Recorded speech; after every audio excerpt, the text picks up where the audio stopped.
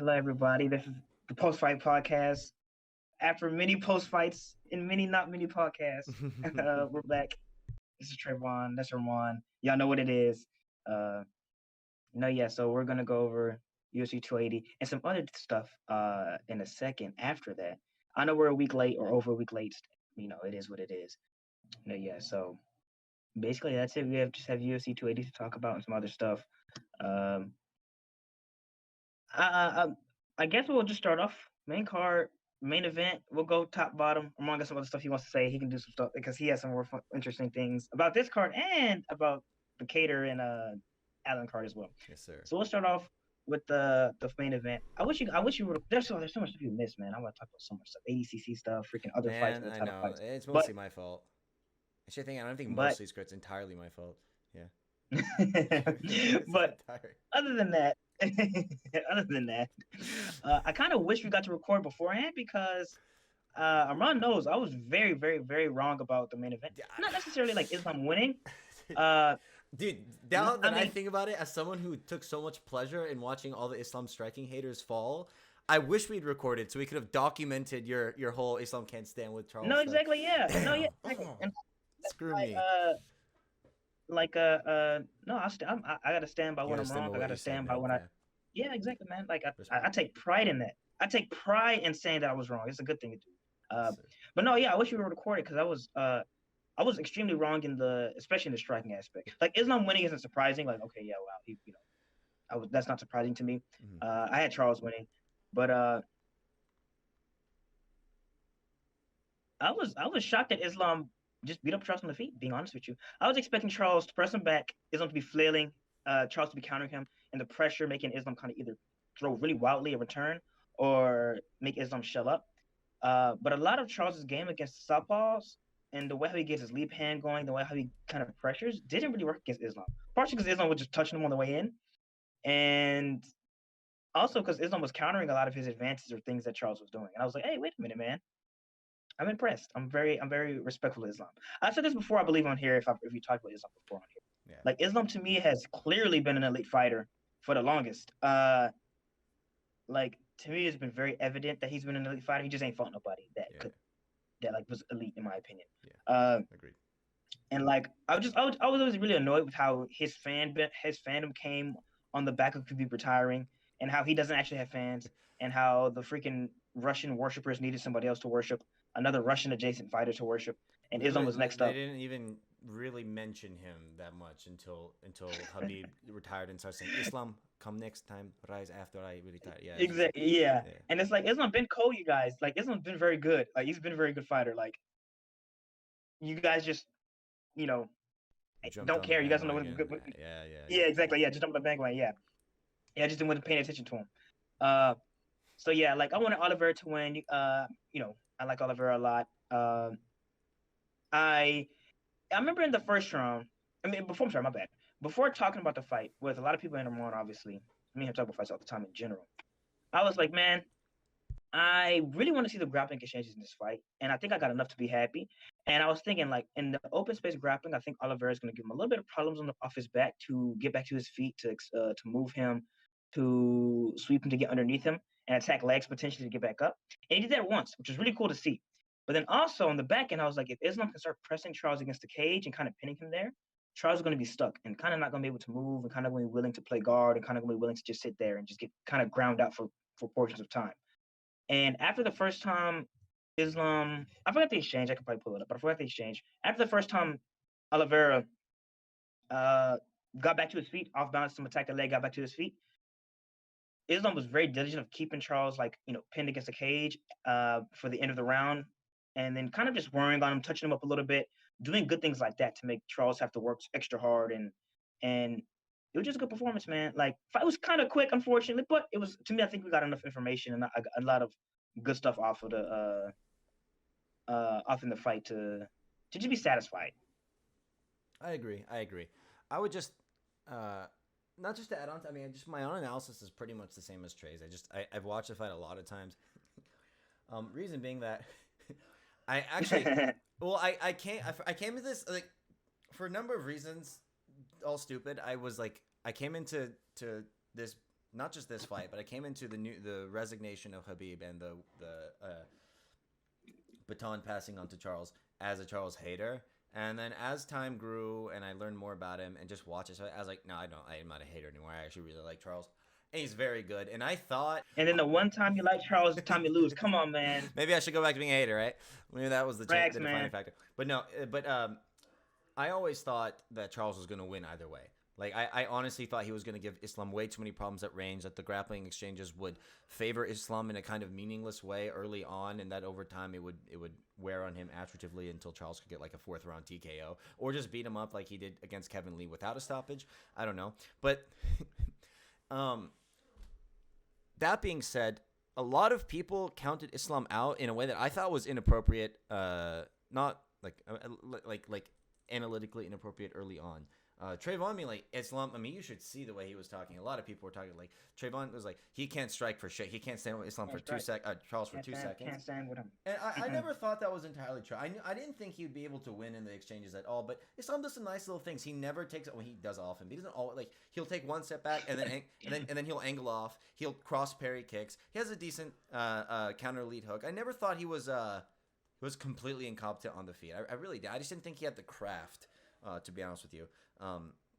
But so to say that, also to say I've watched the fight a lot of times because a lot of people who are very smart and who analyze this fight in Charles's favor, I think unfairly against Islam, have been just shooting themselves up with copium ever since Islam won. And so I'm not going to name any names or do anything stupid, but yeah. So my reads are going to be a little more in depth, perhaps. I thought it was really, like, honestly, I was surprised. Like, Charles came in, Islam threw like a 3-2. The left straight caught him, and this like sent Charles into kind of like not retreat mode, but he took a back step, and it rattled him more than I thought. I don't think that the first grappling exchange was initiated as a result of a guard pull. If you watch it in slow motion, both of them enter with lead hooks. Charles steps with the lead hook, and at the same time, Islam hops to the outside, like his outside position with the lead hook, and they kind of collide in an awkward way. Islam's right hook kind of clubs Charles in the back of the head, not in like a damaging way per se, but it was more like he kind of hit, it almost functioned, became a collar tie almost. And Charles's like forehead like collides awkwardly with like Islam's chin, and like they just end up in this position where Charles tries to step back and catch himself, but his knee gets stuck inside Islam's knee, and he just falls. And like this is where I think the dynamic of the entire fight was decided. Of course, the first counters that Islam landed probably set Charles off, but this isn't exactly unique to this fight. Charles has always been very brave. He comes out with a jumping knee in this fight or jumping double front kick, whatever, but he always comes into the exchanges and gets clipped early. It doesn't necessarily deter him from his game. As the exchanges progress, you start to see what his game is, and if it works, it works, and it has worked to this point. What I think the defining moment was, okay, Charles gets underneath Islam. He gets kind of smothered. He tries his triangle, doesn't work. But eventually, as Islam stands up to try and pass into half guard, Charles uses like a half butterfly or something like that. He goes to like an inverted deep half, elevates Islam, gets up. He actually comes up on the back body lock, and he starts push. This is where I think this was ill-informed for him to do. He starts trying to press Islam up against the fence. I don't really know why he did that. I think he should have just tried to disengage there. But in any case, I'm sorry that cut you off. I'm always of the opinion that you should always fight everybody in every space. You should never concede anything for when you don't have to. But you do got to know your strengths in your areas, and you do got to know like somebody like, well, I guess the feet wasn't so clear, but you do got to know if somebody like Islam wants to grapple so heavily. Do it. I'm gonna say do it. I guess a little more advantageously. And I do think that's an advantageous position. To me, it's like when like Ngannou when he tried to take down Stipe for that little bit. It's like I understand and I respect it, but probably stay in your stronger area, at least for the time being.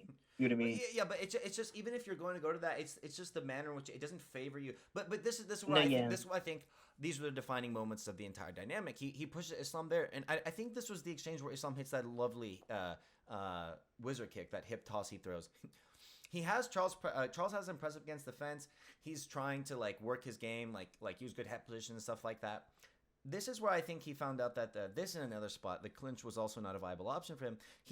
Islam throws like these two very weak kind of pat like knees against Charles. Charles then knees him very hard in the liver in response, like almost like you're gonna knee him in your back. And then Islam hits off of that. He hits his throw. right? Like the moment Charles's leg is on his way back down, it's like, okay, it hits this throw. Then Islam adjusts. He did what I think he should have done there. He puts Charles, like Trayvon said, I'm not gonna Charles's head up against the fence. Good forearm pressure. You're really limited in what kind of bottom game you can have when your head is crushed against the fence like this. He got some shots off. Somehow Charles cut himself in his eye, but whatever. So then as the fight, so this to me is obviously a clear Islam win, and he demonstrates danger on the feet. This is like what I think spooks Charles, and then he gets into, like, this is how Charles fights. Charles is at times very brave. I think Ryan Wagner said he's sometimes too brave. And he goes into these exchanges, he gets clipped in the way, and he doesn't exactly have the best head movement, and he keeps his head kind of straight up. But he's very good at striking you on the ends of exchanges. Like when he breaks away from the exchange, he can hit you on the back end, like how he knocked Chandler out with I think it was a left hook at the end. And he wants to get to the clinch and throw knees to the body, elbows, and he likes to kick you at range and stuff like that, right? But it's not a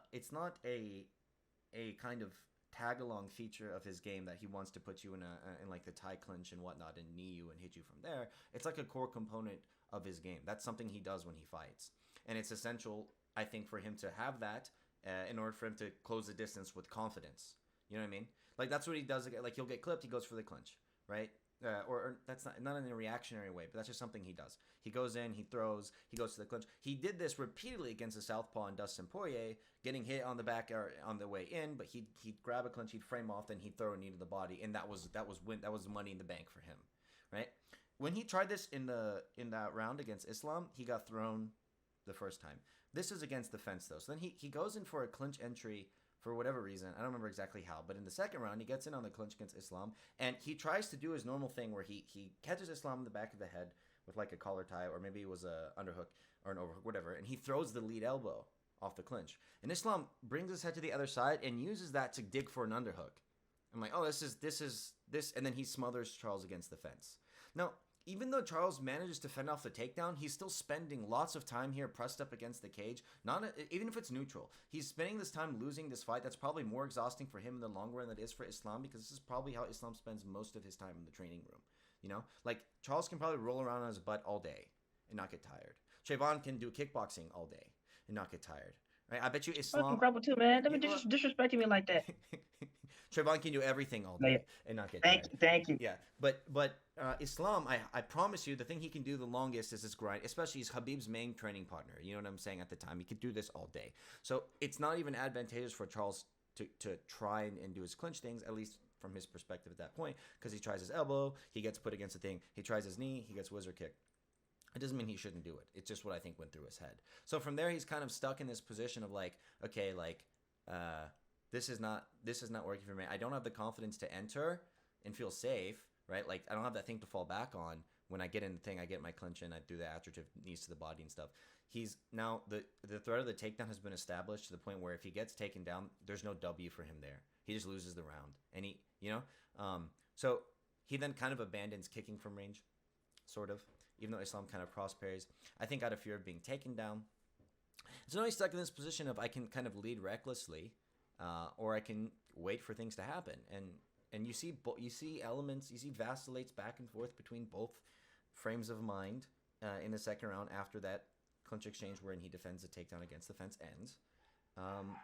And when he's on the back foot, Islam kind of will walk him down. He does land some things, but then Charles will and Charles will buy himself space. I think he threw like a kick to the body that did nothing to make Islam give ground. But there's this moment where he starts charging Islam. Islam like is flailing, but he still angles out and he's like landing the flails. Like the flails land, And then he angles out and then Islam's like walking him down. And he bought himself space too with like head kicks. I thought the kicking of Islam was actually good because he forces Charles to block like this and then walk backwards. But there's this moment in the second round where Islam has Charles cornered and he kind of doesn't do anything, right? Like he just doesn't. They just kind of stand and look at each other, and then Charles starts walking Islam down again, right? But in so doing, he exposes himself to the surprising counters of Islam. Wasn't kicking his way in. Just feels like he can't clinch with Islam there, and he got caught the same way he got caught in round one, right? So it's more to me a product of Islam having answers to the fundamental not comfort giving, but the fundamental aspects of Charles's game that in ways no one expected he'd have, especially on the feet, and that sort of spooked Charles out of his own sense of comfort in that fight, right? You see what I'm saying? Yeah. You talking to me? Yeah. Yeah, I yeah, think so. yeah, yeah, Yes. yeah. And so then he runs in with another jump, like a double knee, and he gets hit. And I think his chin is probably seen better days at this point. You heard the strike; it did sound like it landed hard, but if you look at it mechanically, Islam's arm was kind of straightened by the time it landed. I don't know. Charles going down that easily was a little weird to me, and yeah, that to me was a very impressive performance from Islam, sort of comprehensively. Um, it didn't seem like random, like his game just happened to be like to fit into the spaces where Charles would struggle. It seems to me like, which is how a lot of people presented it, and they also try to present it as though Charles dug his own grave here. And kind of made those openings for Islam. I don't think so, man. I think Islam fought a very intelligent fight. I think he came in with a good game plan. I think he surprised a lot of people with his striking. Yeah, that's my opinion. I think he stripped the clinch from Charles. I think he showed him he can't grapple with him in a way that confers to like winning rounds. And then he had set counters for Charles entering.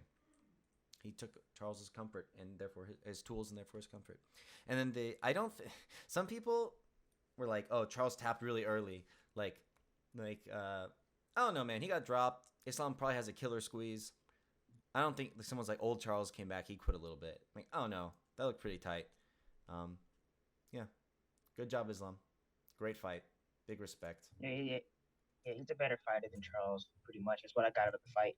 Mm. Like, And it wasn't even close. you know, yeah, yeah. He basically won not every exchange, but he controlled the fight from the beginning to the end, basically. Yes. I mean, he went in there and dogged him. Okay, now we can talk about Yan O'Malley. Yan O'Malley, however you pronounce it. Well, yeah, I get, yeah, but I was about to say, like, I wanted to speak on Aljo and Oh, I TJ and forgot just that how even sad about happened. it.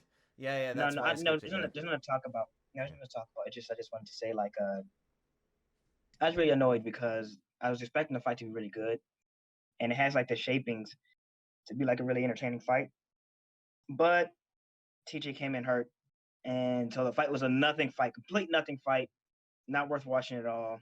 I mean, if there's one thing to say, well, two things to say. TJ's really skilled for surviving for almost 2 rounds with one arm, but it also is completely insanely dumb and not respectful at all. They came to fight hurt like that.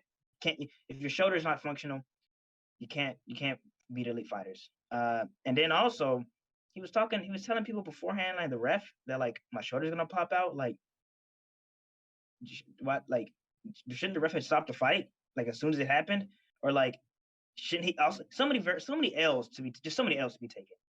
I can't even I can't put them all down.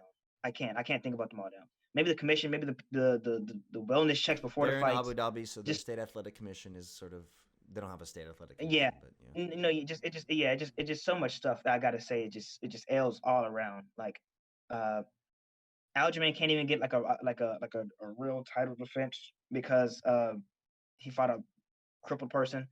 Uh, it's like it's ridiculous. Like the fight was just such a waste of time, and it could have been such a good fight, and I'm not happy about that. And then MMA fighters, man, like listen, I know I've had freaking Arman knows I have freaking this stupid ass MMA person mindset. Uh, I do. I like like work through stupid situations. Like don't tap to certain things unless it's too late or whatever yada yada yada or this or that or like you know on that grind push type stuff. But like like when you we're gonna talk. We were work like I said we were working on we were planning on talking about Cater and Arnold Allen. When your knee pops out, man, they should just stop the fight, man. Like two things. It's the same thing that happened with Phil Hawes. His knee popped and then they stopped the fight. And then same thing with Calvin Cater. And in this fight, it's like like they're only setting the person up for failure. You know what I mean? Like it's yeah, the fight was just annoying. So that's why I just want to bring it up because And it more just was a damage. nothing fight. Needless Yeah, damage. Needless. What did it you was a prove nothing to fight. yourself? Yeah, and again, I know I'm Mr. Man. Like if I hurt something, you just got to keep on working through it. You still got to keep on fighting through that. Like, but it's still stupid. You know what I mean? Like what I'm saying is stupid. No, Uh, I wouldn't even. But like, if I was your corner and your knee popped out like that, I you, would you throw in the yeah, towel, no matter what you yeah, you think. got yeah. Because I in the do moment, agree. Yeah, you can't exactly. walk. Yes, What are you gonna do? exactly. It's not. No matter what the No, fighter dude. thinks. But this is the thing. There's like there's not this like and I don't mean this in any philosophical sense. I just mean in the practical sense of fighting. That there's not like a mind body distinction made by these people. Like it's not that oh you have some pain that just manifests as a sort of abstract presence in your knee, but your knee is otherwise functional. It's just sending pain signals for no reason. Therefore, you can push through the whatever pain emanates from it with your mind. You're literally crippled. Like your knee does not work properly. In order for it to bend in the correct ways and not fall apart, the ligaments have to be attached correctly. No matter how tough you are, it doesn't make a broken knee functional. You know what I'm saying? So it's not a testament to one's mindset that they can't stand on a broken leg. It's literally like it doesn't work, you know. And so I don't think people no like it's like being mad you can't fly. Yeah, it's like being mad you can't fly. yeah Like yeah you don't yeah have the function to fly. no, it's like, but I mean, you can extend this analogy to the most absurd proportions and still make the same point. Like it's like being mad someone died after getting shot in the head, right? It's Yeah, for real. Yeah. no, it's a defect of a physical nature. You know what I'm Like, saying? oh man, I'm not tough enough, man. Yeah, I but should have just ate that bullet. well, yeah, exactly. But that's why it's like, and some people can make it work to the degree that their injury doesn't totally inhibit their movement, you know. Um, but like if you have a broken hand or something like that, that's okay. If you can keep fighting, then that's fine. But I also don't. I might not. I mean, it depends on what the stakes are. You know what I'm saying? Is this really worth it? And you have to play kind of a cost benefit analysis. But it's just if you can't if you can't take a single kick to that leg, right? If you can't walk, and if you're going to get knocked out when you otherwise would not have, there is no tangible. Like It is a I, zero I was sum. joking.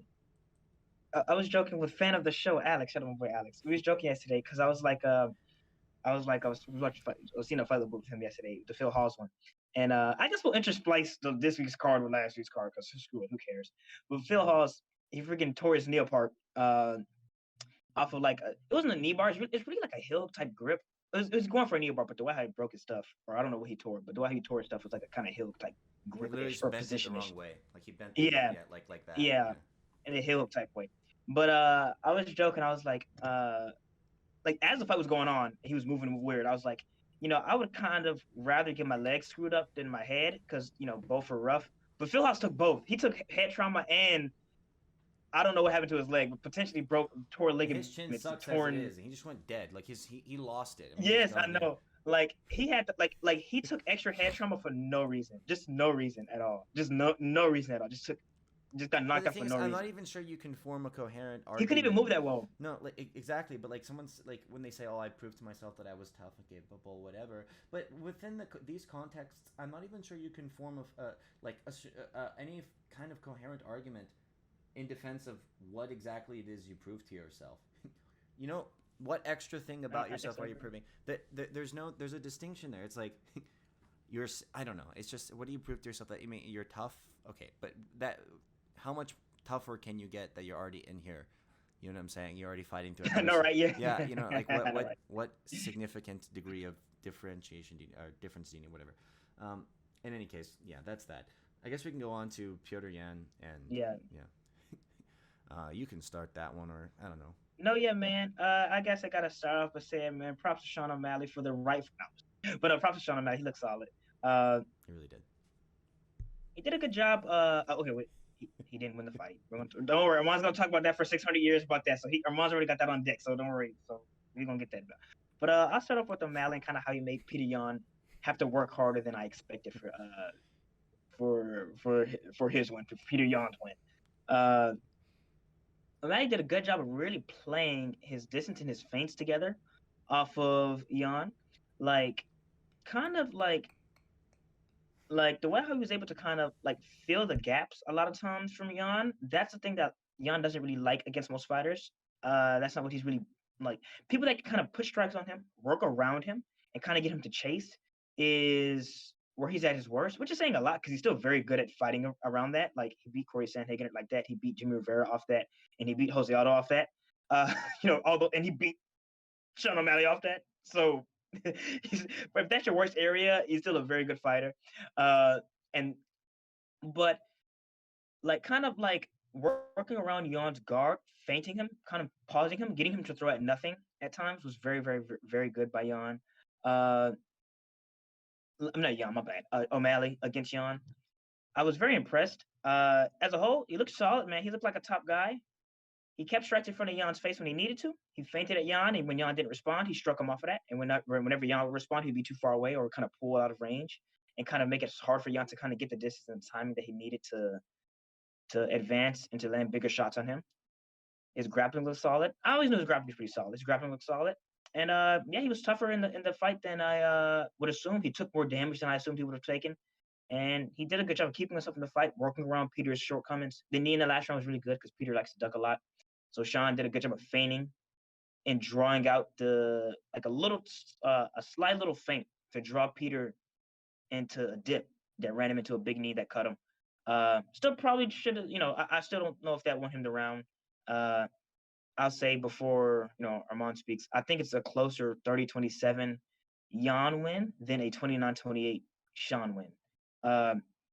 People kind of sometimes they attribute robberies to like clear cut fights, but most robberies are in close fights.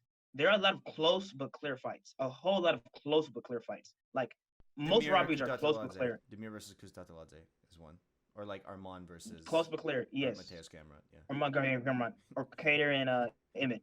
There are a lot of close but clear fights, and those can still be robberies because they're clear. A clear fight, a fight where there's a clear winner, that's a robbery, not a close fight. Because there's a lot of close fights. Close does not mean like a close game in the basketball where someone wins by one is kind of what we're talking about. Just because they were contested on thin margins does not mean that it could go either winner. Way. There's a difference between that, right? Between them being so even that you have to discern a victory. Yeah. And obviously, fighting is more subjective than than literal point-based sports because, like there can't be like a subjective like, oh, this other team should have won. Like, no, they lost by 1 point. It's 1 point clear as day. Fighting is really subjective, obviously. It's a lot of murky ground, but still, like to me, it was kind of clear that Jan won the fight. Close fight, but clear fight. As soon as the fight ended, I was like, man, really impressed with Jan. I mean, Sean. Jan and Sean. I like Jan and Sean. I was really impressed with Sean, man. Like he did a good job. He made this fight closer than I expected, man. Good job. And then the decision was where I was like, oh yeah. So yeah, like people. Yes, like again, like close fights can be robberies. Most robberies are close fights. Like most robberies are close fights. Like DJ and Henry Cejudo was a close fight. And DJ clearly won that fight. You can make a better argument 50-45 DJ than any scorecard for a Cejudo win. And also you can have 50-45 fights that are close. Or 30-27 fights that are close. Like that's just an important thing that people I don't think are realizing in the fight that who are kind of opposite of like for saying like, it was a close fight, it's not a robbery. No, I think it's still a robbery. There's kind of to me no real argument you can make for Sean winning the fight. Even enough damage. Not much of anything. Damage is a criteria too. So. No, people think that a fight being contested on thin margins with its victor winning on thin margins, right, somehow conduces to any valid outcome or any outcome being valid, right, to an either or sort of situation. Either he won or he won. I don't know. Those situations, they just it's not a coherent conclusion. I don't know how you can go it doesn't make sense, right? Because just because I won by a little bit or I won in a fight where it wasn't an overwhelming, domination does not mean that my win isn't demonstrable and clear. What they think it is like a fight where basically the final decision comes down to what you value more subjectively or some subjective, like totally subjective point of analysis, or where the fight was so even and some winner has to be rendered, like on a 10-point must system or something like that, right?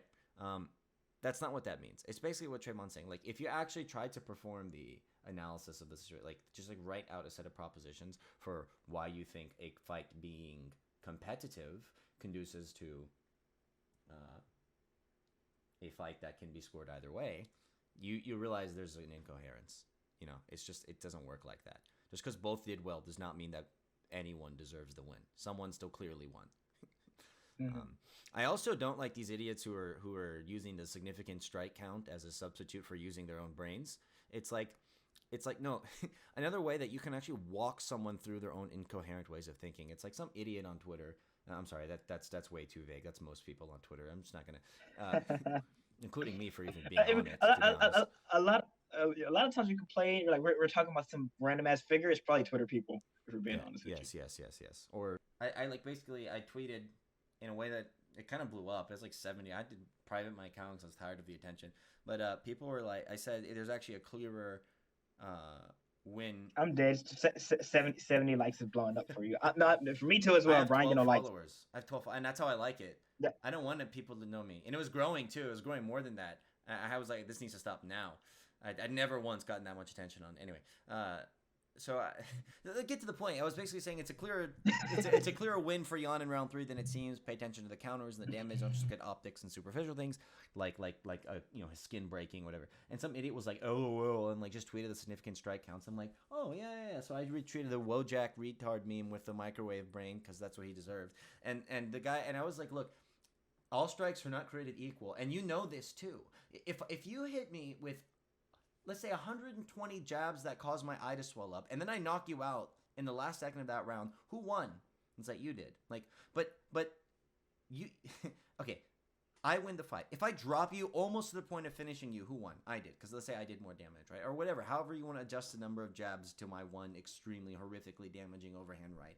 Whatever, however you want to do it, that's fine. Whatever metric your metric is. But in admitting that, you sort of implicitly acknowledge that there are different degrees to which strikes matter. It's not just a quantitative thing, it's a qualitative thing as well. It's not just that like all strikes matter equally until one of them knocks you out. All strikes matter? Equally until one of them knocks you out. It's not the case. That's not the case. It's that the damage you deal per strike in over the course of the fight matters within the analysis of each strike, right? And a knockout is when that damage value for that strike exceeds the amount that a fighter can take and remain conscious, right? But just because you score beneath that threshold per strike, right, does not mean that you didn't like rank, I don't know, to blow your damage meter up to some significant degree with that strike. You know, I'm using an extremely abstract sort of picturesque analogies here.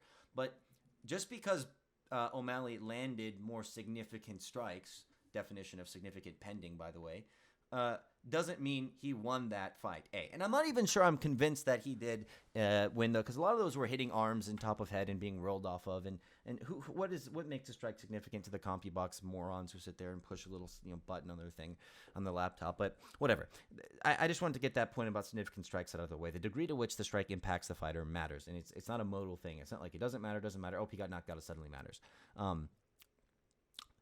That, if you look at I'm just going to talk about round 3. I think round 3 is actually a closer win for Jan than round 1. If I'm being completely honest with you, you can argue about like control and significant strikes, and did the low kicks and body kicks damage him more than the strikes that were landed on Jan in 1. I don't care. I think most of those strikes in round 1 hit Jan's forearms and arms and things. But I think in round 3, O'Malley did great damage with that knee. I think he hit, I don't remember head kick. And the head kick stumbled Jan. The knee clearly hurt Jan. It cut him. And it sent him retreating. But it didn't really knock him off of equilibrium or startle him as much as I think the counters that he landed on O'Malley shortly thereafter did.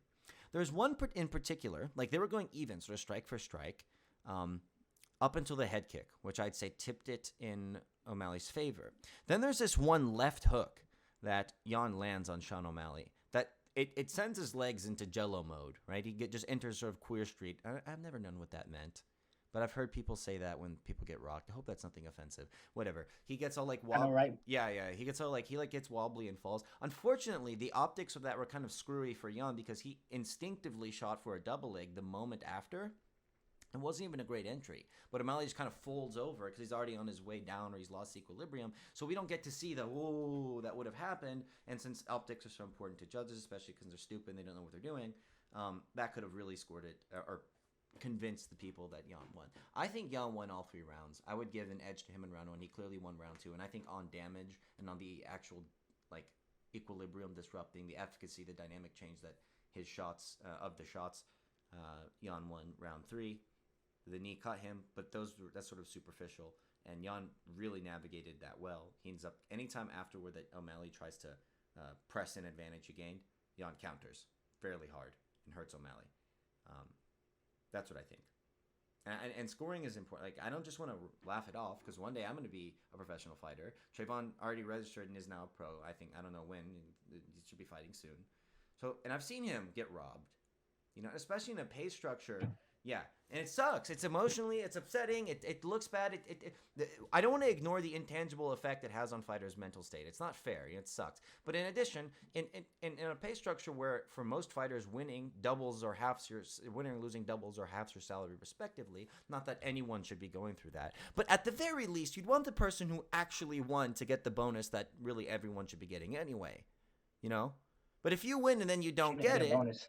Exactly. That's what I'm saying. It shouldn't be like that from the beginning. But if we're living with that, you'd at least want the person who deserves it according to the rule set, right, to actually get it, right? It's not fair to if I won, I did the hard work, I don't even get the win money.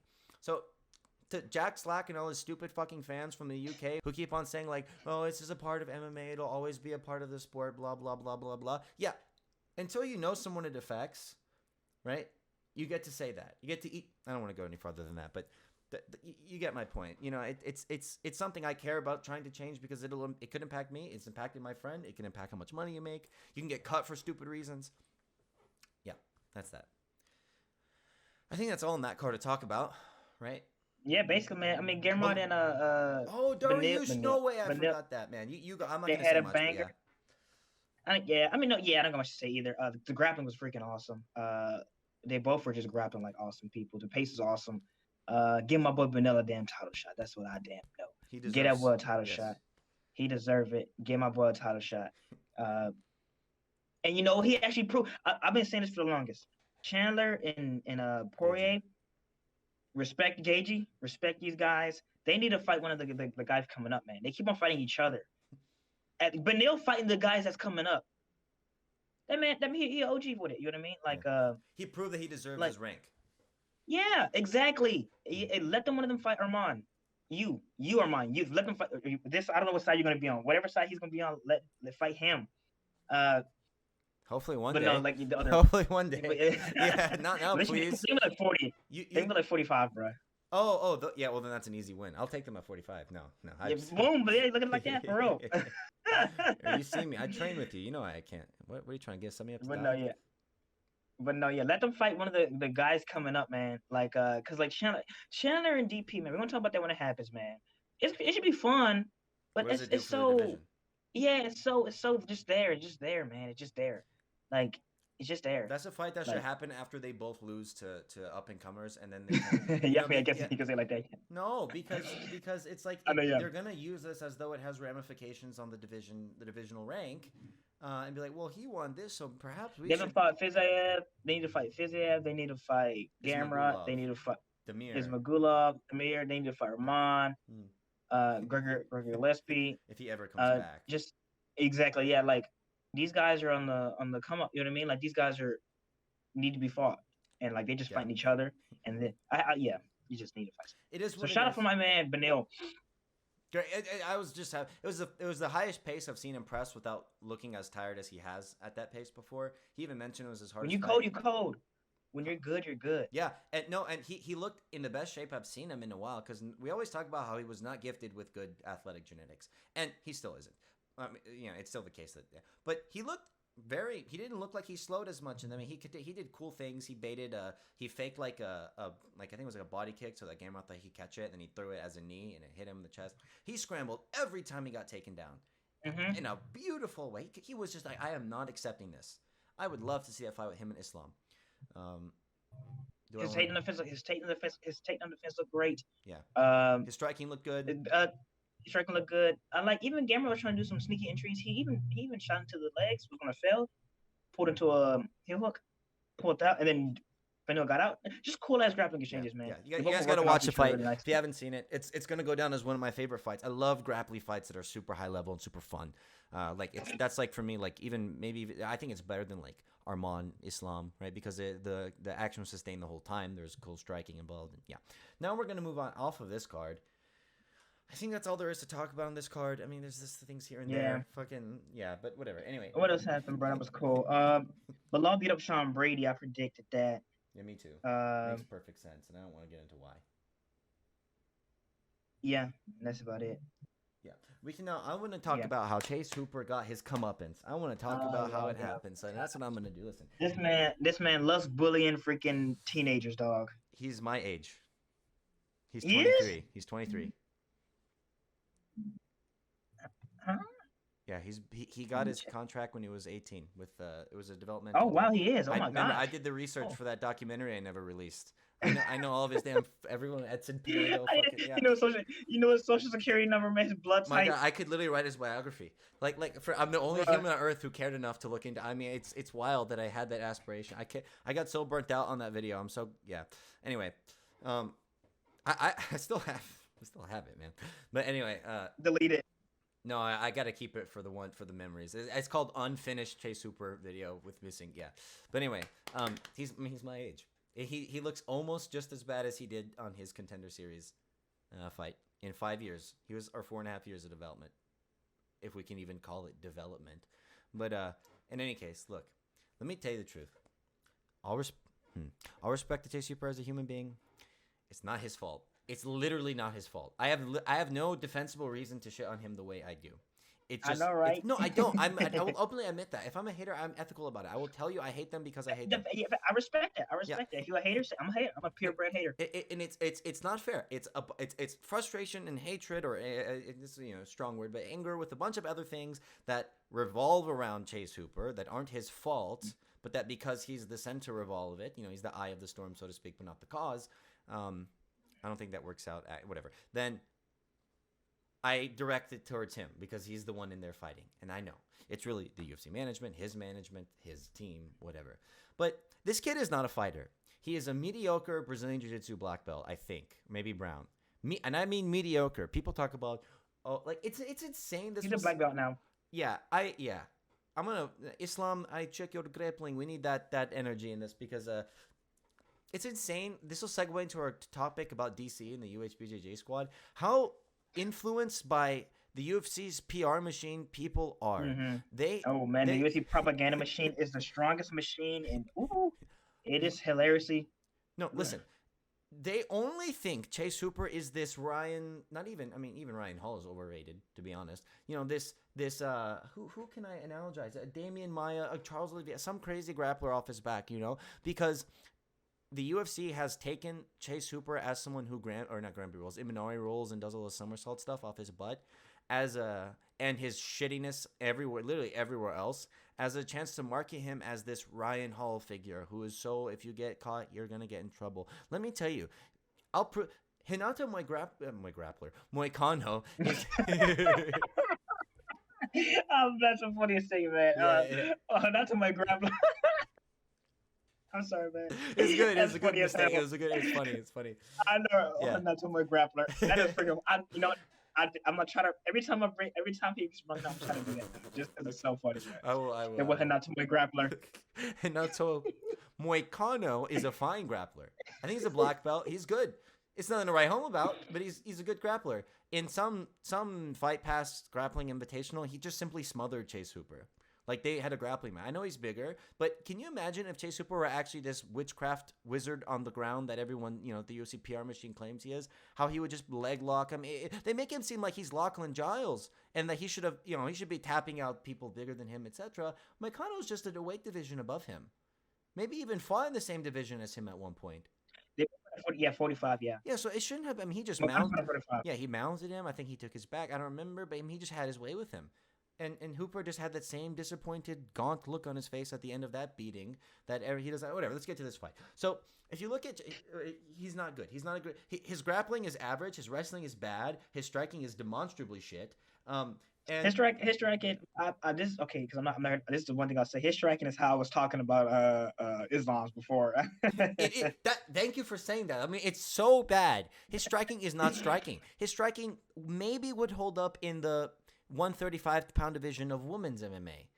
Speaking of Islam Makhachev, but oh damn, because I'm getting canceled today because anyway, like the thing is, like, Chase Hooper, like if you look at that thing, like, and I'm so happy that what's the guy's name?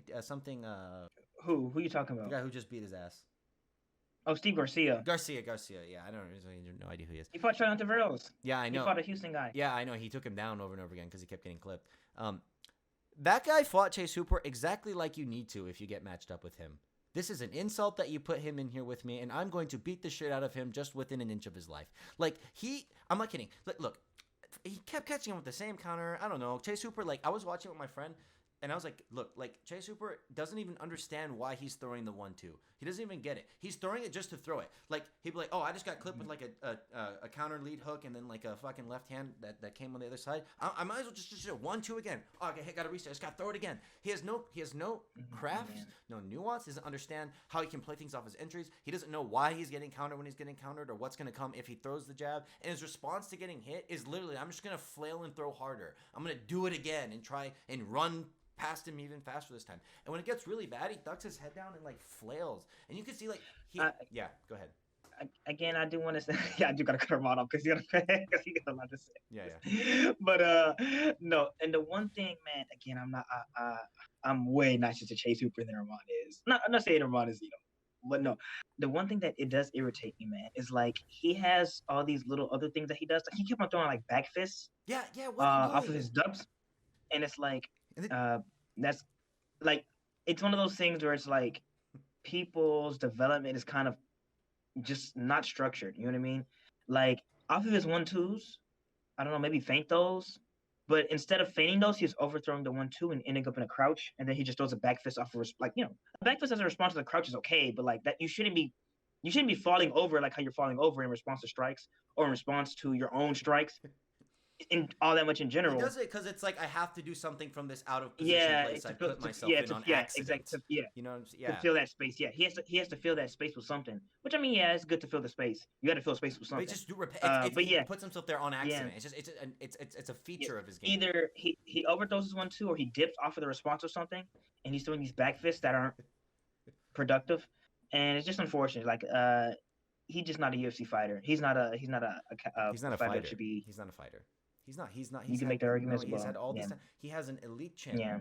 And it even still, I mean, he has taken beatings. And that's not gonna last. That's not gonna last. Because I didn't see the fight live, but I saw the ending, and then like an hour or two later, an hour or two later, I saw the full fight just posted on Twitter, and I was like, oh my goodness, that was ridiculous. I was like, oh gosh. No, he got got fucked up so bad. It was bad. Mm-hmm. Like again, it looked like one of those fights where the guy didn't belong in there because the guy didn't belong in there. And like your mom was saying, he was just recycling 1-2s over and over again, and recycling this little head kick over and over again, the lead leg head kick over and over again, and it's just with no rhyme or reason. Like Arman said, he just says, I get hit, I gotta put something out there. Yeah. I gotta fill this space. I gotta put some strikes out there. But you just give them the same easy counters again and again. And it was the same counter that kept landing. Yeah, he doesn't even have the thing. Like, some guys, reasonable people, even if they're not technical, like, oh shit, like they'll at least be like, oh shit, I got hit, I got to do something else. And if they have nothing else, they just kind of get backed into a corner and finished. Not Chase Hooper. No, he thinks maybe if I just try this again, it'll work. Why are you looking at me like that? No, I'm looking actually my notification. I thought I said something you just disagreed with. I was like, what? But yeah, no. So it just, that's pretty much all I have to add. And dude, like, it was so funny. Like, every time that what's his face threw a low kick, he got spun he got twirled in a circle. Like, there was, like, it's about the more comment I make about structure development. It's like when I first started. Skill development is the most important thing ever, man. No, Skill development is the most important thing. And his idea of fighting, you can tell is bad because like he wants to like learn how to strike. He goes to Stephen Thompson, who has an extremely like qualified game. Like as much as I think Stephen Thompson doesn't get disrespect in our community, like our community of knowledgeable people, I think Stephen Thompson's a very good fighter. But yeah, even him, I like not to be that person because like the way how you develop is a personal thing. But yeah, like it's not like his Stephen Thompson is very like it's not going to help you develop. Yeah, and unique to like certain things that like I'm gonna be that person. Learn how to jab. No, dude, or learn how to parry, like stay in your stance. Learn how to feint your jab. do all that stuff. You know No, what I it mean? doesn't matter what And stance you like, take necessarily. Just learn how to operate within it without putting yourself way out of yeah, position. And this is important. mhm, Like I learned this because like I'm still shit at that stuff, right? But like the moment I stopped focusing on trying to land my shifty thing and this and my Superman that, and just was like, Trayvon, I want to work on my parries. I need to work on jabbing from my stance. Like I'm not ready to fight. But my point is like, oh my god, like I'm actually doing something productive in this now. You know what I'm saying? Like, oh, something yeah, actually, I don't feel you're like, completely lost. Oh, I can actually just pair. I don't have yeah, to do this all stupid stuff. You know, I'm trying to do. I'm hmm wasting time and you energy. get better. Yes. Like you literally feel you're getting, you No, feel you better. remember one time we were Yeah. training and you're like, "What are you doing? Why'd you shift into this weird overextended like Superman thing that you got? Just throw your ones and twos. You just had me throwing ones and twos the entire day. It was the best round we ever had to that point. I was like, oh, so this 1-2 stuff actually works. Like, of course, you know what I'm saying. Unfortunately, Chase Hooper took the 1 and 2 stuff too without much depth But behind you it. understand what I'm saying? I'm just saying. Yeah, I know. Yeah. I'm talking about fundamental skill development. You know, No, for you're him, sick. a 1-2 is just a fill. It's just like button spamming in a video game. You know what I'm Yeah, saying? it Like is. I Yeah. was like, look, he got countered, and his response is, I I'm only aiming in the vaguest sense of the word because he's generally right there. So I'm just going to throw at him. But he doesn't know why he's doing it. He just knows I have to do something because it's a fight. It doesn't even favor him to fight that way. You know, he has these attributes and he fights against his attributes. He doesn't develop a game that's good for him for what he's competent at. And like his last fight was not a showing of improvement, really at all. For like he was literally he looked like Juliana Pena, man. He's marching the guy down with these marching combinations, and his opponent's doing this and backing up. That's not, and it gave him all his confidence. I think he just rushed in and whatever. He got finished in the way that he should. It looked like one of those weird videos, like if Charlie Zelenoff like walked into someone's boxing gym and challenged the best guy, like that's what it looked like. And also, Chase Stewards have no power. He can't generate power. There's a point where he lands all his back fists and they don't even hurt Steven Garcia. They don't even hurt him. They just go like this. Yeah. So, I don't know. That fight sucked. And the other thing I want to say, Phil Hawes versus Roman Dolidze. Learn how to defend leg locks if you're an MMA man. It's just about time. You got to, bro. That I know wasn't you even a got to. proper leg lock per se. I mean, it kind of was, but it's not something you see at the high level. It was a gimmicky thing where he had him and would look like reverse 50, not 50-50. It was just like outside Ashi, but he's upside down. And Hawes I is think like, rear Ashi, but I couldn't. I didn't really see where it was at. it is Rurashi, right? I don't, whatever. And he has his leg like so. Our joints do this. Imagine this is a knee joint, and it you can hyperextend it this way, or like if you bring it to the side, like this is a big problem, right? You're just like snapping the connectors here, and Show them fully. yeah, I'll snap my for you. Yeah. Yeah, that's how much I care about our 60 subscribers or whatever. No, but This is a lot, man. no, we have 120, but we have twice that. Oh, goddamn. Yeah. Woo! Yeah, and somehow we've kept. Where's our plaque? We've only lost 3. But anyway, so like, Phil Hawes just chilling in this position where his knees being pressured like this, and like all he has to do is push down on the guy's foot, back step out, and start to push the hands and running man escape. But he doesn't. So Dolidze is like, I can just pull this the wrong direction and it snaps. Like, dude, you might as well just heel hook yourself. But anyway, I think that's all we have to talk about from these two things. I got worked up over law stuff, as I'm known to do, and as I'll probably always do. What's next week? I mean, no, we're not gonna go over next week. Oh, next week is Rodriguez and Lemos. We'll talk about that later. Nah, I don't even. Oh, that's the No, yeah, I'm not talking about that. Yeah, I don't give a fuck. Let's talk about instead DC skill stuff that we were going to talk about that we're going to address from our fans. We're gonna have a whole episode one of these days. Just talking about how to analyze skill. And then I'm gonna give examples, and hopefully Arman doesn't over edit because we need some video footage. But we're gonna go over that there in a second, just us two, because it's a very important video that we need to make, and I'm actually very looking forward to it. Me too. I'm excited. It is the most important. Listen, the most important video we can make.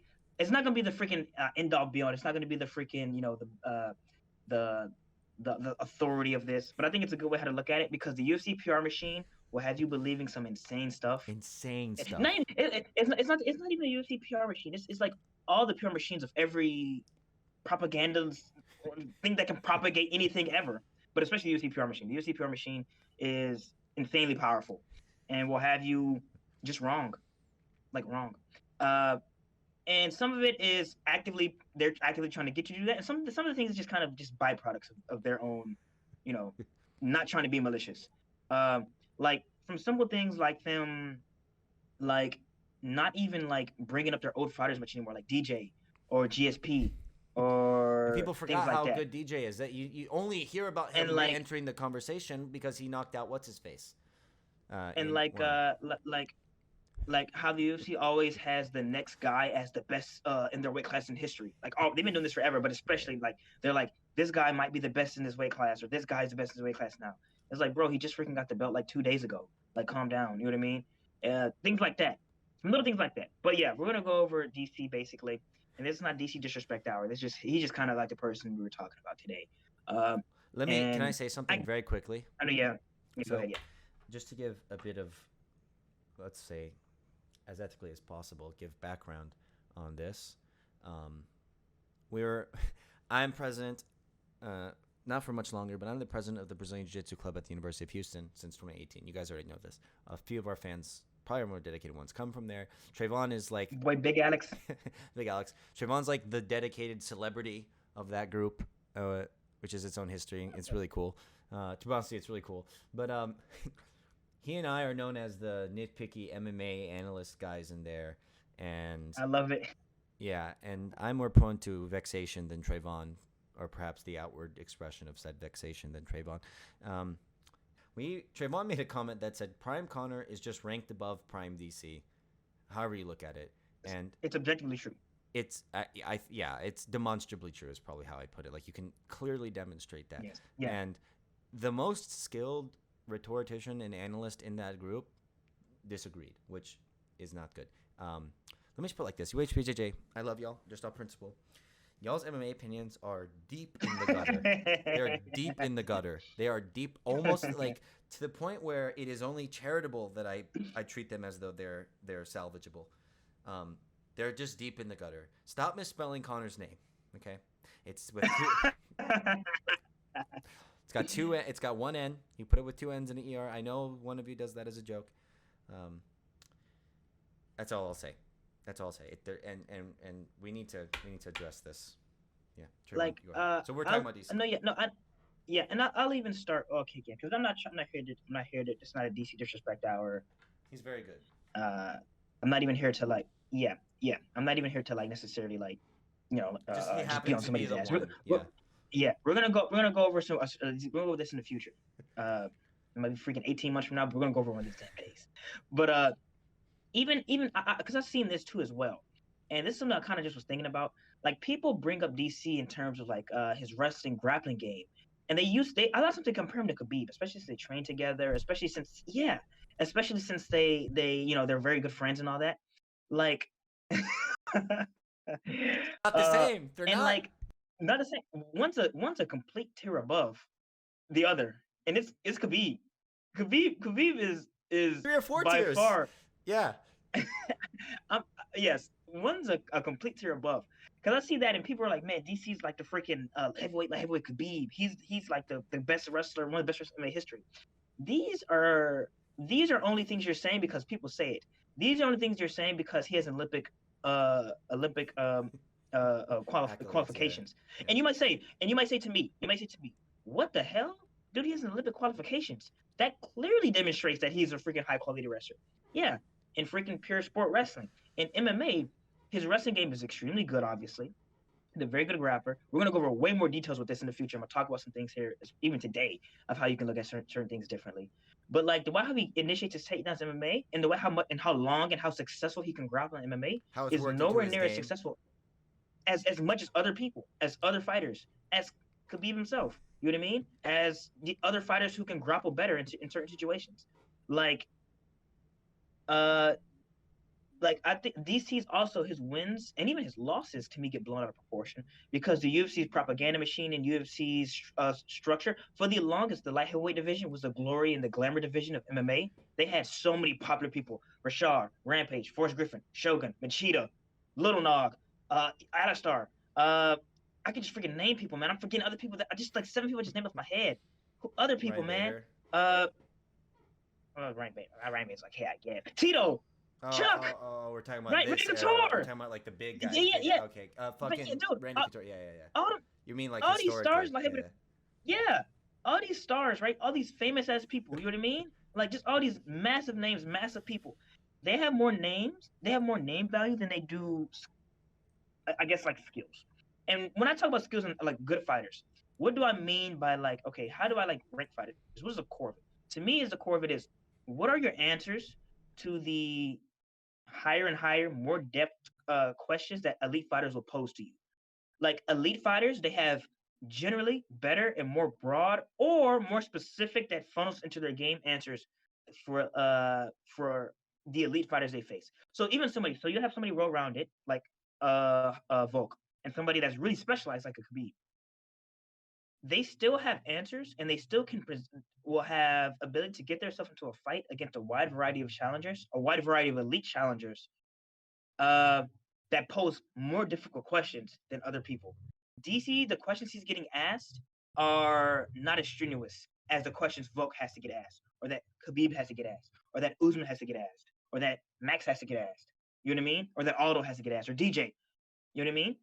So, and I'm using questions as like just the things they do. Like if I, how do I Problems operate they behind have my to jab? solve in a fight. Yes. How do I build up my game off each other? Like the And his people that DC are response fighting to the stress tests and the have not responses to them, proved yes. to be, yeah. Yes. So the responses to them. So Arman used this example, and this is a good one. So also the propaganda machine I'm talking about. DC, when he fought Stipe in the second fight, those body shots are normally considered by a lot of people as like the greatest in-fight adjustment of all time. Like people are like, wow, awesome in-fight adjustment going to the body. Oh my god. First things first, I do want to say, first things first, people have been going to DC's body forever. Ever. Good fighters like Anderson John Jones Silva and Anderson in Silva. the last minute of the John Jones and Anderson Silva have been going to DC's body forever. John Jones beat him twice by killing his body. Can you explain that to people? Because they're going to think, oh, he won by head kick. Explain why. Yes. John Jones did a lot of hand fighting and clinch fighting to get knees and even body hooks. John Jones doesn't even throw body hooks like that, but he threw body hooks to DC's body. But hand fighting, because DC will extend his hands out to hand fight a lot. And John Jones works around that by going to the body with knees, kicks, body punches, things like that, right? But DC does hand fighting, that's fine. People do it all the damn time. That's a very good read by John Jones. John Jones himself is a very good fighter, very elite fighter. But John Jones didn't have to come back in those fights. He was just killing his body off the rip, beating his body off the rip. And then those body shots break him down to allow those mix-ups, those knees, those kicks to the body to be mixed up off head kicks. So when DC sees a leg motion, body shot potentially, and he leans himself into a head kick. Aggressively. Himself, yeah. Like yes, leans himself to a head kick off of those motions. And doesn't do anything to adjust to the threat. Like you were saying, he doesn't adjust to the threat, so he allows John Jones to play off of them freely. But anyway, now you've established that body's a known vulnerability of DC's. Exactly, a known vulnerability. So Stipe himself in the second fight, gets his ass beat for a good portion of the time, most of it, and then starts working the body shots. Yes. So.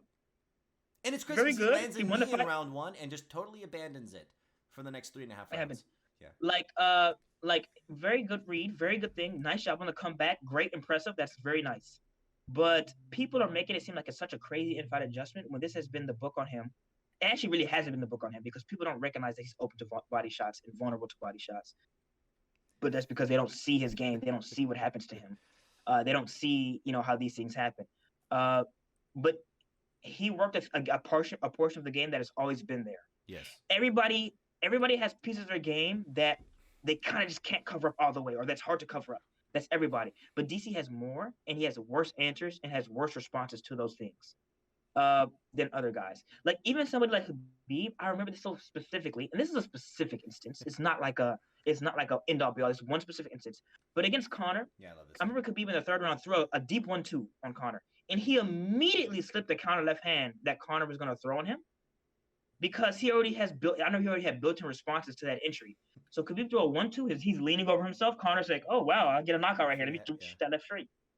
And Khabib automatically slips it. Boom. Right for Khabib is not, a crazy striker with insane depth that can, exactly. But he had, he had the ability to read a much more talented striker than anybody DC's ever fought, probably safer, close to maybe Anthony Johnson. And he had that response himself. Another thing as well I want to talk about, like, again, people will, like I said, I don't want to be disrespectful to other fighters, but people will overrate competition on certain things. Somebody like Alexander Gustafsson will present people these problems at light heavyweight division that simply put wouldn't fly in other divisions. Yes. Again, I'm gonna use another specific example. This is a specific example. Everybody has points where they look terrible, but this is a consistent thing for Alexander Gustafsson. Alexander Gustafsson will get pressed against the cage and just run off. He would just run off the cage, and most people just don't capitalize on it. Our hometown guy, Adrian Yanez, he head kicked somebody for doing that. Mm-hmm. A guy tried to run off the cage, he got a head kick knockout off of that. Mm-hmm. But nobody really capitalizes Gustafsson off that because their footwork is bad. Or if you guys have seen that meme with Stipe and Overeem, Stipe is literally chasing after Overeem, and like instead of cutting Overeem off in their fight when Overeem runs off the cage. Or John if you Jones look at, and Dominic Reyes doing the same thing. Yeah. If you look at any elite striking, I've never in my life, maybe it's there, but I have watched a reasonable amount of elite striking, a reasonable amount of elite of jiu-jitsu, being too all that. concessionary. You've almost Yes. never seen it. Yeah.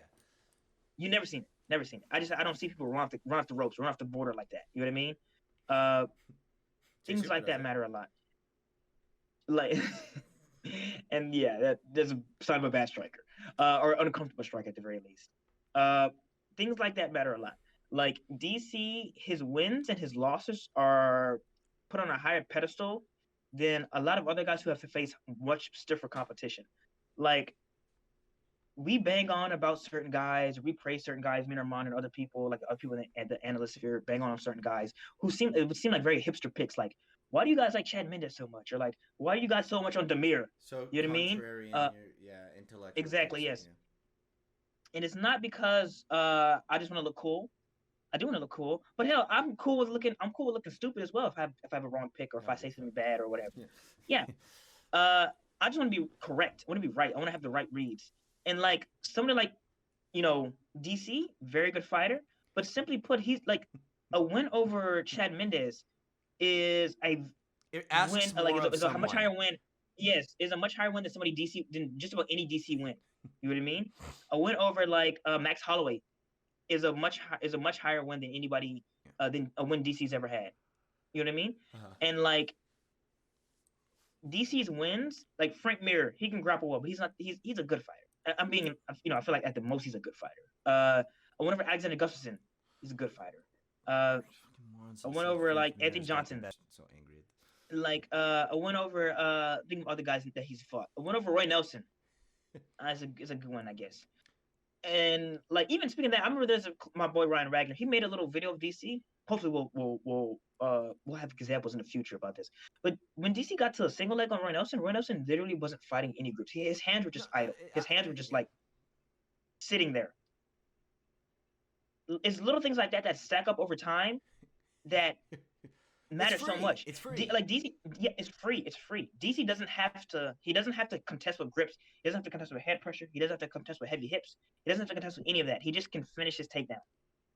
A good wrestler it's also like would be fighting something. Exactly. This is the thing where we talk about, and someone was making the argument that you have to, when you're comparing fighters between divisions, you have to rate them relative to their level of competition and how much they exceeded it by. Yes and no. Like the thing is, like you can't just say, oh well, he beat the guys.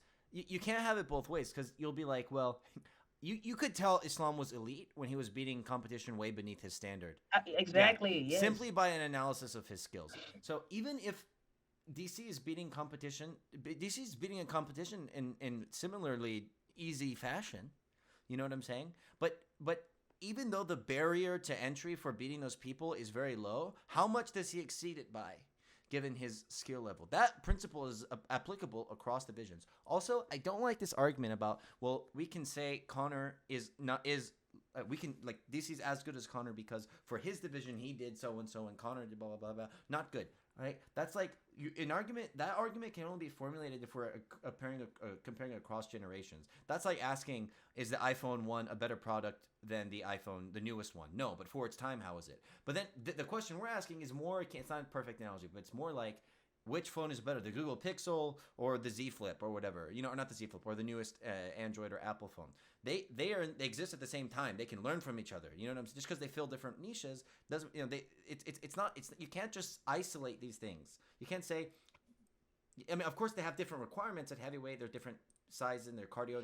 And just, yeah, I'm not, I never, heavyweights can be fast. I don't know. People act Cyril like they Gane. can't have Cyril that. Gane. But Look at yes, yeah, kickboxing and but okay, boxing for the whole history of striking sports in yeah, heavyweight.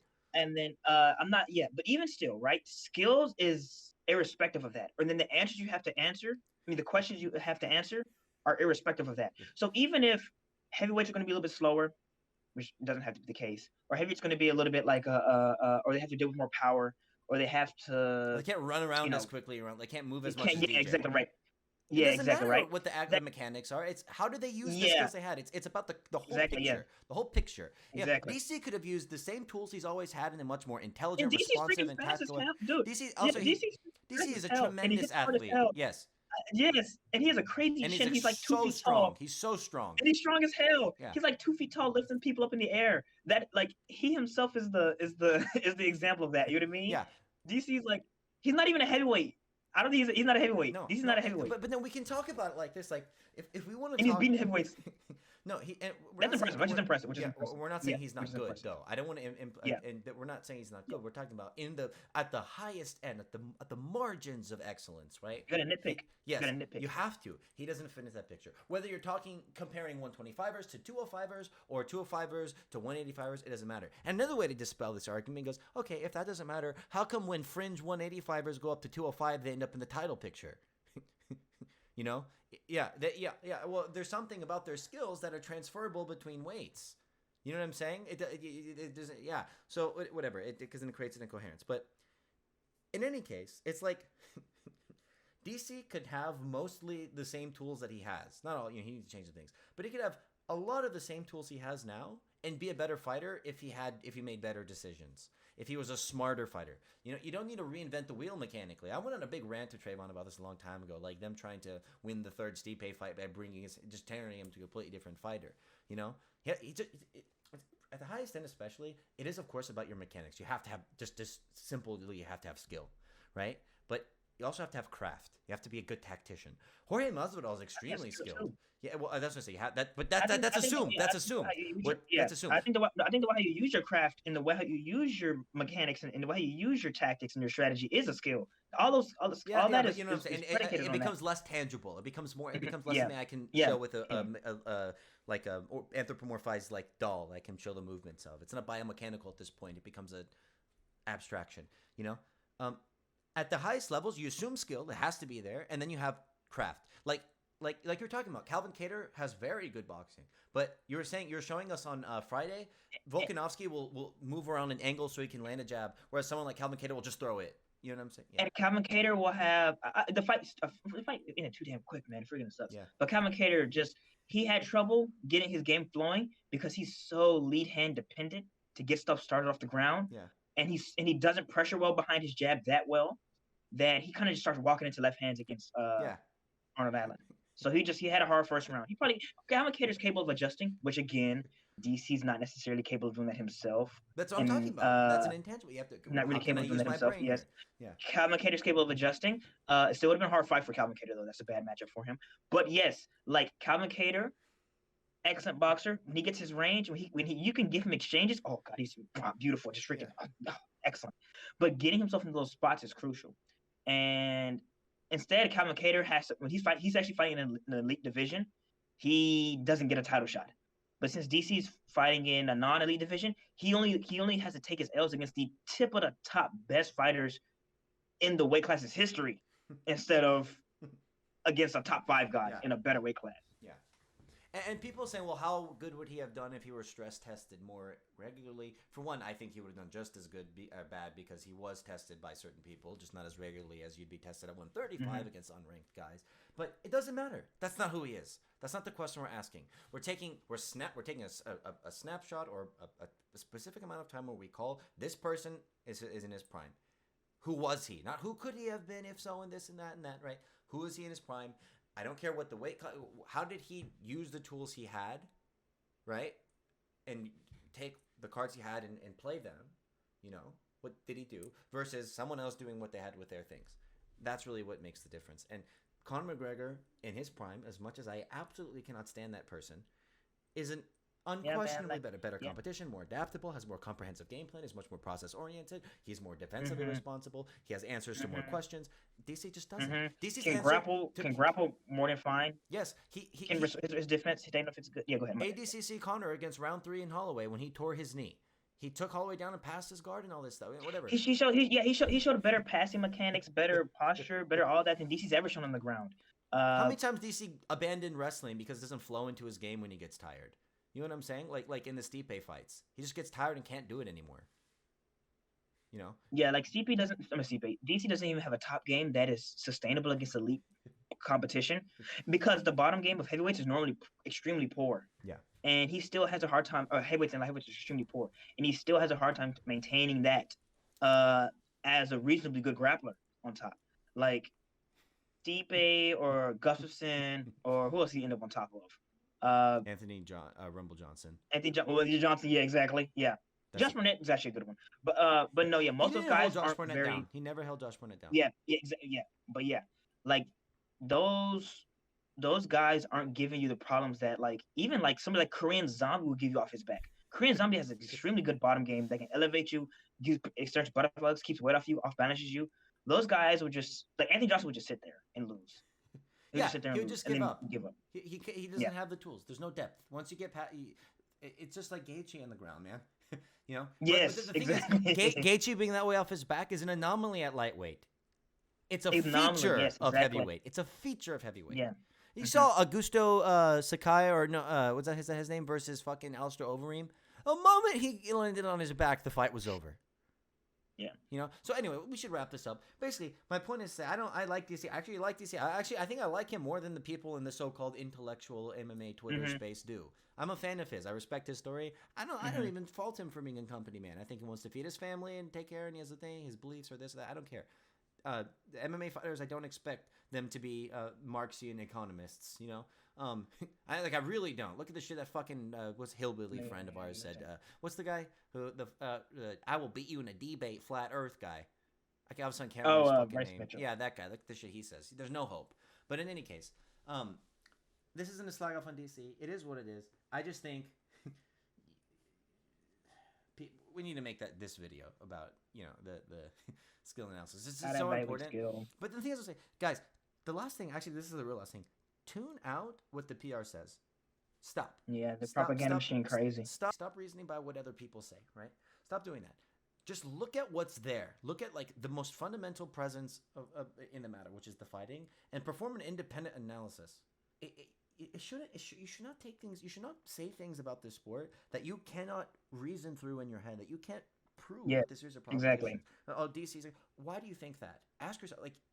Crack that nut open and go and see what's inside of it. That's how you analyze fights. You need to know the truth. That's how you analyze fights. That's it. You need to know the like truth. Even like I'm actually gonna bring this up too. Like because I want to bring this up during the official thing we do. Yeah, like even like the way, like I say again, like the way how even combat sports in general, the way how people talk about it, man, is so like sensationalistic. Like and the way how events or cards or the culture of the sport will be structured will be a very big thing. Like because I wanted to talk about ADCC so bad, man, and we're gonna.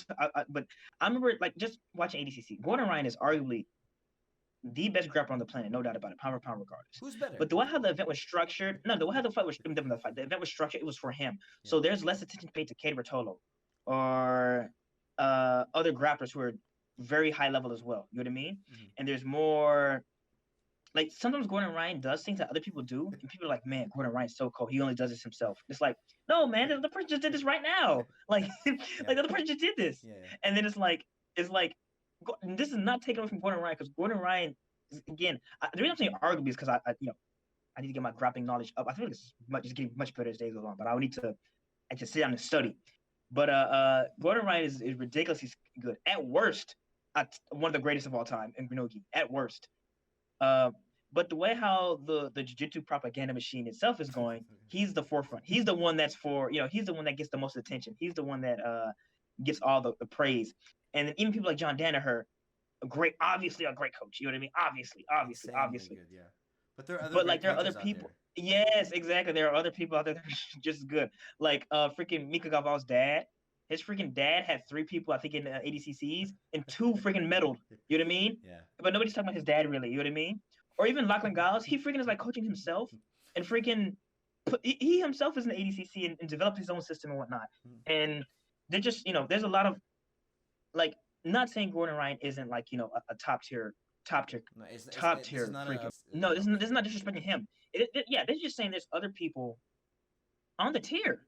They just are, and like saying that he's just different. I think any fighter is just different. Is like easy like is something that happens when you get told something. You know what I mean? Like it's just easy to do. It's so much easier to say Habib exactly is a different easy to do. Dagestani animal gorilla. He can walk through everybody. Yeah, Blah blah exactly. blah. It doesn't take any analysis to see that. You don't learn anything from that. Like you just think like it's just something that's it just is what it is instead of something that has been developed. Like Gordon Ryan hasn't developed over his time as a grappler. Like he himself won't tell you that he's developed as his time over a grappler. Like Khabib, like I always say this all the time. Khabib's development as a fighter is hilariously impressive because he used to freaking be way worse, like way worse, and he went from way worse to the best lightweight of all time. Like he He's in my developed as a top 5 fighter in pound the for pound. UFC. Yeah. Yeah, mine too. You know what I mean? Like mine too. Maybe him and Volk. I don't know. They're going at it. But yeah, but you see the idea. They're GOAT contenders. You know what I mean? Like like the development of Khabib is to me is scary evident. It's clear as day. Yeah. Even his Abel Trujillo fight to now. His Abel Trujillo fight, like if he fought like how he did it from Abel Trujillo against other elite guys at the time, if he didn't develop, he would have lost. His Abel Trujillo fight, he kept on. You might say like, oh, he set a takedown record and all that. That's impressive, but not good in a way as well. He couldn't sustain that against someone who could punish you on the feet in the meantime. Yeah. Exactly. His controlling game clearly changed. He went from just kind of holding on and riding out for nothing to starting to put hooks in, starting to turn off the cage, starting to ride you down and keep you in position to not let you get up as much. So much little things that we can go over with Khabib, man. So much little things to actually hold you down and deliver damage, which he didn't really do back in the day like that. Yeah. His development is clear as day. It's pretty much from the RDA fight onward where he started to look. Yeah. He started to look so exactly. He could have been champion. Exactly. Yeah, I think he's going to champion already around the time for real. But yes, exactly. But that's the idea. He tore his knee. Like these people they do things. They do things to be good. Yeah. It's not random, basically. And some divisions. Oh, speaking of Gordon, last thing, like Gordon Ryan can dominate on heavyweight division and grappling, which is kind of weak. Compared to the other smaller divisions in grappling, just like DC can dominate in the lightweight divisions of MMA, which are much weaker compared to the lower divisions. And it's not because big people are inherently trash at fighting, but because a lot of structures in place make them worse. Not inherently, but a lot of structures in place make them worse. So somebody who's competent, like a DC or a John Jones or a Stipe, can look insane. Somebody like that's more than competent. John is more than competent. Like Gordon Ryan can look insane because Gordon Ryan can beat up on smaller people or the guys his size who are not as good. Same with like John Jones. Yeah. But the guys in like smaller divisions, they're just cold as hell off rip, just insane. You got unranked guys at bantamweight, featherweight, lightweight who are just ridiculously skilled. Remember Victor Henry versus for his debut in the UFC was against Hani Barcelos. Crazy fucking that fight is so freaking good. Both unranked. And nobody cares about those two. Yes, nobody gives a damn about those two. Demir versus some of these people watching might be like, who the hell are these people? Yeah. That was who the hell is Hani Barcelos? Yep. If I said Victor Henry just fought Rafael Santos. Super good fight. Old man Rafael Santos looked excellent. Yeah. Victor Henry looked good. And no one knows. And you watch Guram Kutatil. People know Guram because of the Chimaev connection. But if you Demir versus Guram that was such a high level ridiculously fight. Good fight. Such a high level ridiculously good fight. And it ends up just not being. I mean, neither of them are ranked. Dismantle whatever categorical biases you have and just that's what it means. And good fighters fight in a way that allows you to do that with them specifically. Like Chase Super is a 1-2 that doesn't accomplish anything. There's no depth beyond him just flailing his arms in front of him, right? Volkanovski does his bread and butter, low kicks, 1-2. Yeah, pretty much. And he's very But look at the difference in how he uses them. There's so much nuance there. Anyway, so much. Oh my goodness, that's a great example. Yeah. And then we can hang up on that because my phone's about to die. So. Yeah, and we've been in an hour and 27 minutes. Anyway, guys. Yes. I hope you guys enjoyed our return episode. I'm gonna get to work on this right now, Treyvon. We'll have this up as soon as possible. Since that card next week kind of sucks, we can maybe just do our skill thing then. Maybe, yeah. Yeah. All right, fellas. Peace out. Uh,